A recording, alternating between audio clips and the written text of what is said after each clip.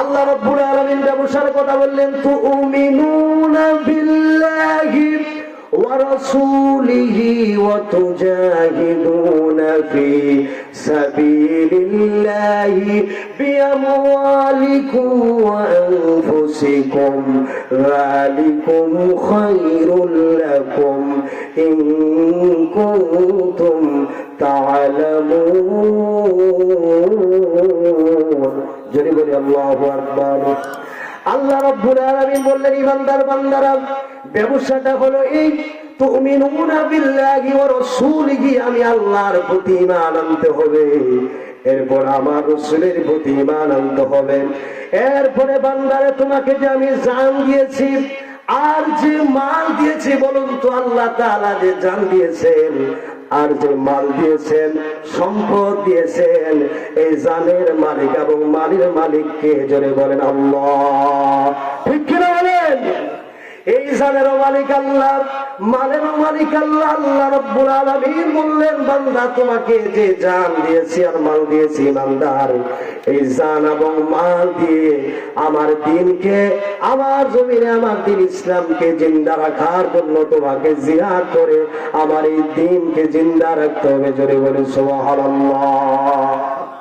এটাই তোমাদের জন্য উত্তম, তোমরা যদি জানতে। সুবহানাল্লাহ বলেন। সম্মানিত বন্ধুগণ আমার, তাহলে আল্লাহ সুবহানাহু ওয়া তাআলা আমাদেরকে বলছেন, বান্দারা তোমরা জাহান্নামের আগুন থেকে যদি বাঁচতে চাও তাহলে এই কাজগুলি করতে হবে। তার মানে মুসলমান বন্ধুগণ আমার, জাহান্নাম কঠিন জায়গা, জাহান্নামের থেকে আর কোনো কঠিন জায়গা নাই। আমার বন্ধুগণ, জাহান্নামী ব্যক্তিদেরকে যে জিঞ্জির পড়ানো হবে, যেই লাগাম জিঞ্জির পড়ানো হবে, এটা এত দুর্গন্ধ, এত দুর্গন্ধ, এটা যদি 1 ইঞ্চি পরিমাণ কোন দুনিয়ার একটা জায়গার মধ্যে রাখা হয়, এর দুর্গন্ধে সমস্ত প্রাণীগুলি মারা যাবে। জোরে বলে আল্লাহু আকবার। আল্লাহ রাব্বুল আলামিন জাহান্নামকে সৃষ্টি করেছেন। জাহান্নাম বানানোর পরে আল্লাহ সুবহানাহু ওয়া তাআলা 1000 বছর জ্বালাইলেন। আল্লাহু আকবার বলেন। 1000 বছর, 1000 বছর, কয় হাজার বছর? 1000 বছর আল্লাহ সুবহানাহু ওয়া তাআলা জাহান্নামকে জ্বালালেন। বলেন, আগুন যতই জ্বলে ততই আগুনের হিট বাড়ে না কমে? আরো বাড়ে, বিষাক্ত হয়ে যায়, তাপ হয়ে যায়। আল্লাহ পাক জাহান্নামকে সৃষ্টি করার পরে 1000 বছর জ্বালাইলেন, শুধু একবারে জ্বালাইলেন।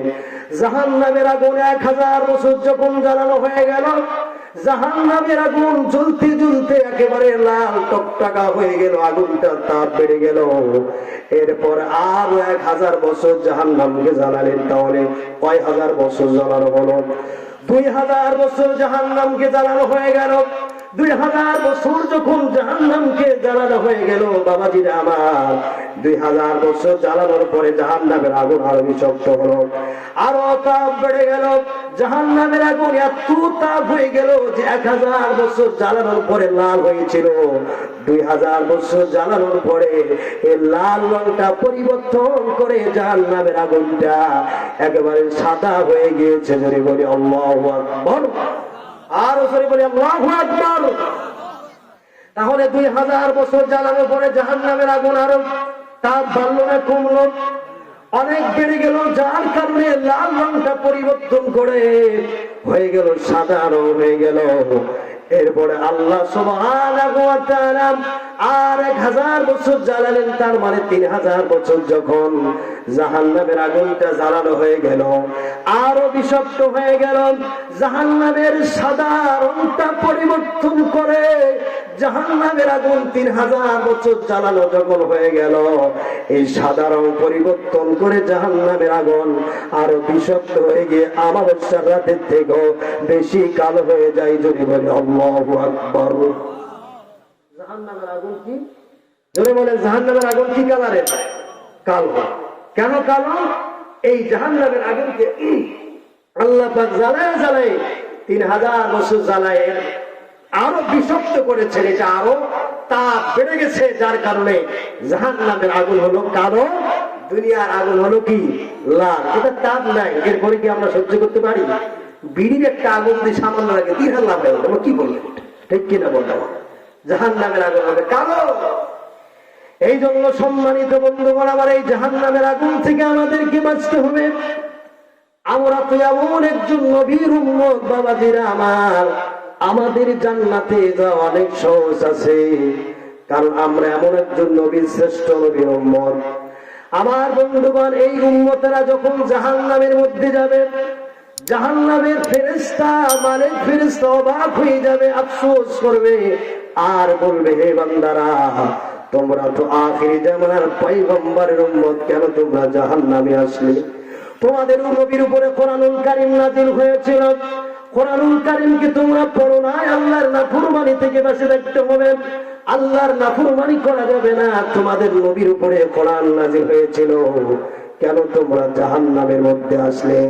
এইরকম ভাবে আল্লাহর ফেরেশতা আফসোস করবেন, সালাহুম খাজানাতুহা আলাম ইয়াতিকুম নাযীর, আহারে কেন তোমরা জাহান্নামের মধ্যে আসলে?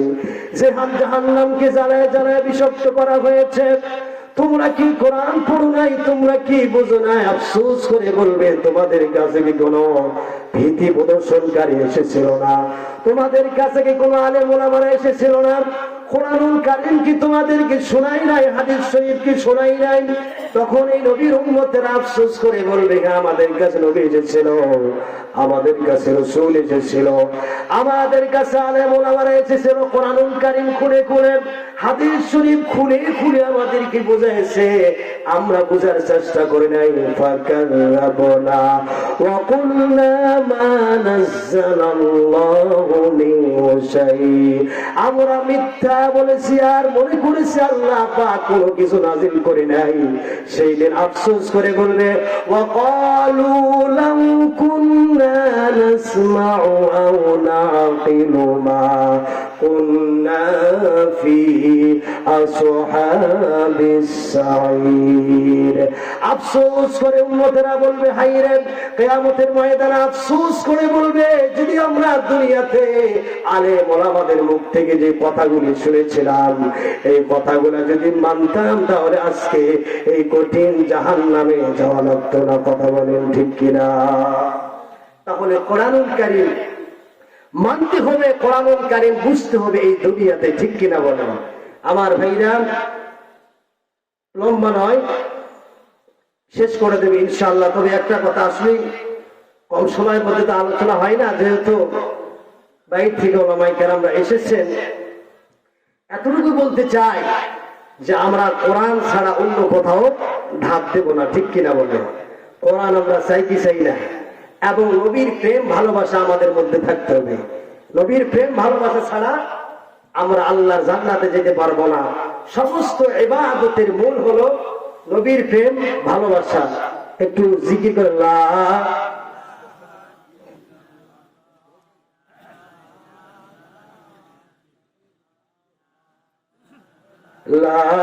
ইলাহা ইল্লাল্লাহ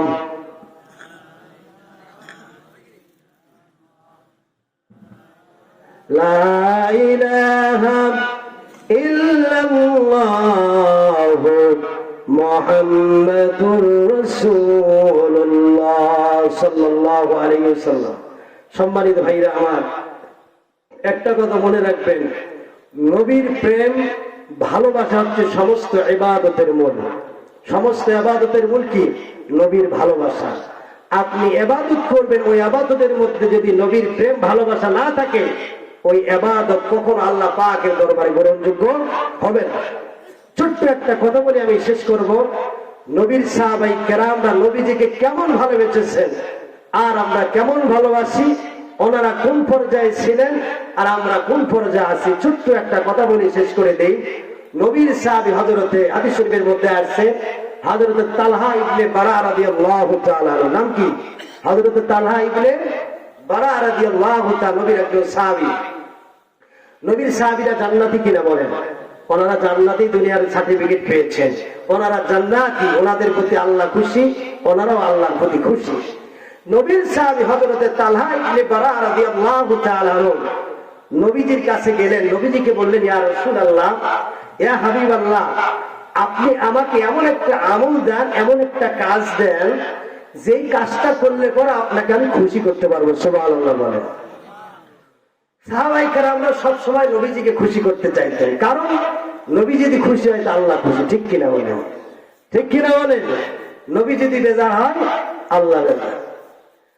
আল্লাহ নবীর সাহাবী হযরতে তালহা ইবনে বারা রাদিয়াল্লাহু তাআলা আনহু নবীজিকে ডাক দিয়ে বললেন, ইয়া রাসূলুল্লাহ, ইয়া হাবিবাল্লাহ, আপনি আমাকে এমন একটা কাজ দেন যে কাজটা করলে আপনাকে আমি খুশি করতে পারবো। আল্লাহ নবী ডাক দিয়ে বললেন, সাহাবীরা, তোমার প্রতি রাজি এবং খুশি, আমি সন্তুষ্ট আছি।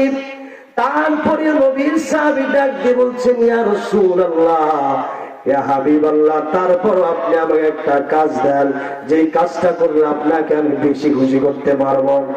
আল্লাহ নবী বললেন, না, তোমার প্রতি আমি রাজি এবং খুশি আছি। এরপরও নবীর সাহাবী বলছেন, ইয়া রাসূলুল্লাহ, আমাকে একটা কাজ দেন, আমল দেন, যেন আপনাকে আমি খুশি করতে পারি। আল্লাহ নবী ওই সাহাবীকে পরীক্ষা করতেছেন, দেখি তো এর অন্তরের মধ্যে কেমন ভালোবাসা আছে আমার প্রতি। আল্লাহ নবী ডাক দিয়ে বললেন, সাহাবীরে, যাও, তোমাকে আমি এক্ষুনি আদেশ করলাম, হুকুম করলাম, এক্ষুনি তুমি চলে যাবেন। যাওয়ার পরে তোমার মায়ের মাথাটা তুমি কেটে নিয়ে চলে আসবে। নবী যখন এই কথা বলেছেন, নবীর সাহাবী কেমনে করে রাসূলের কথাটা ফলো করছে, দেখেন কেমনে ভাবে আমল করেছেন। সঙ্গে সঙ্গে হাতের মধ্যে তরবারি নিয়ে, আল্লাহ নবীর হুকুম হয়েছে মায়ের মাথা আনতে হবে, দৌড় দিয়েছেন। আল্লাহ নবী ডাক দিলেন কয়েকজন সাহাবীকে, ও আমার সাহাবীরা, দৌড় দাও, দৌড় দাও, আমার তালহাকে আটকাও, তালহা ইবনে বারাকে তোমরা ধরো, যদি না ধরো তাহলে মায়ের মাথা কেটে ফেলবে আমার হুকুমে।